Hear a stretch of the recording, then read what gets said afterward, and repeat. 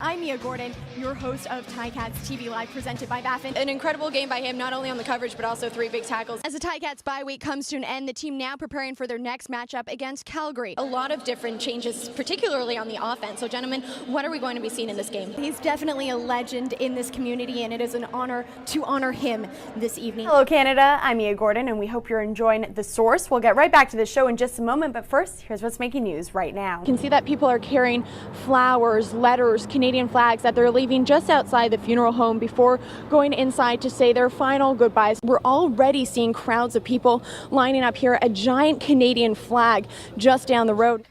The Saskatchewan Rush are undefeated at home so far this season, and according to players, a big part of that has been their amazing fan support. They have been loud and proud, selling out game after game.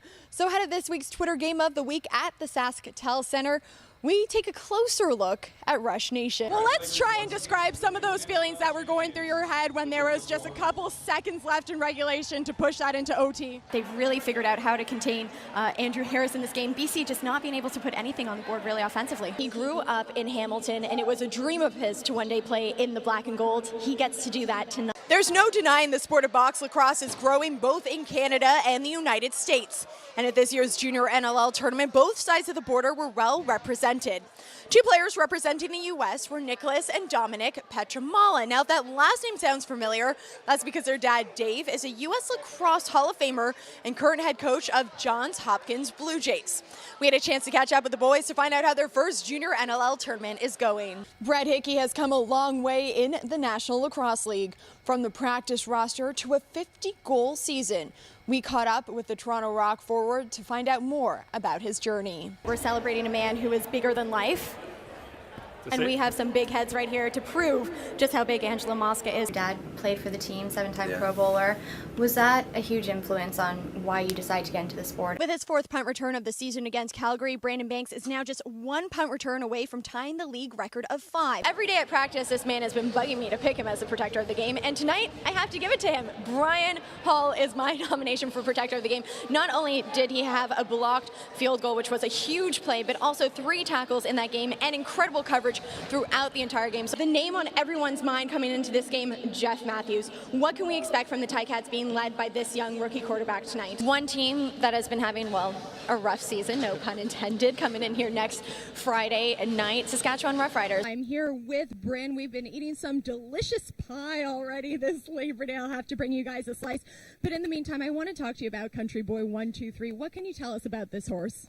Speaking of that maturity, this year already 4 wins for this horse. What has been the main difference this year in Country Boy 123? A lot of new defensive backs this year. Coaches are looking at Craig Butler to take on a leadership role. Now, that's a role that Butler says he's ready to embrace. The Eskimos here in town, last time these 2 teams faced off, 49-20 for the Ticats. Just a dominant performance on the road. Giuseppe Valiente joins us live now from Ottawa.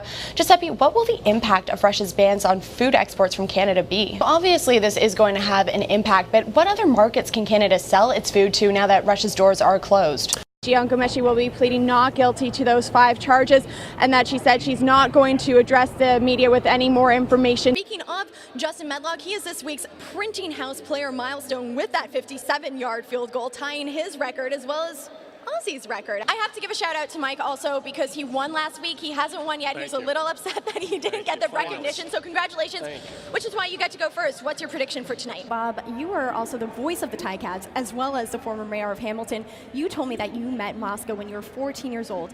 Can you tell me what he meant to this community and to the city? Big things on both defense and offense. We saw the Norwood touchdown, Brandon Banks touchdown, but I want to talk about Underwood. He comes in, makes a big play, gets his first CFL touchdown. His nickname is Shug because he absolutely loves sugar. So Brandon Stewart just talking about hoping some of the guys don't get too big after Thanksgiving. Maybe Michael Ford stay away from all of the sugar. He is the loudest out of all the players on the sideline, whether it be practice, whether it be in the game, getting the players pumped up, getting the fans pumped up. He has shown his leadership so far this season. We saw it again in this game. Speaking of that maturity, this year already, 4 wins for this horse. What has been the main difference this year in Country Boy 1, 2, 3? You got the Saskatchewan Rush jersey on already. How is it feeling? Is it starting to sink in a bit? Yeah, it's slowly sinking in more. Now we can see people are slowly starting to trickle in here wearing red Canadian hats. In fact, a Facebook group was started in memory of Nathan Strillo with the hashtag Red for Nathan.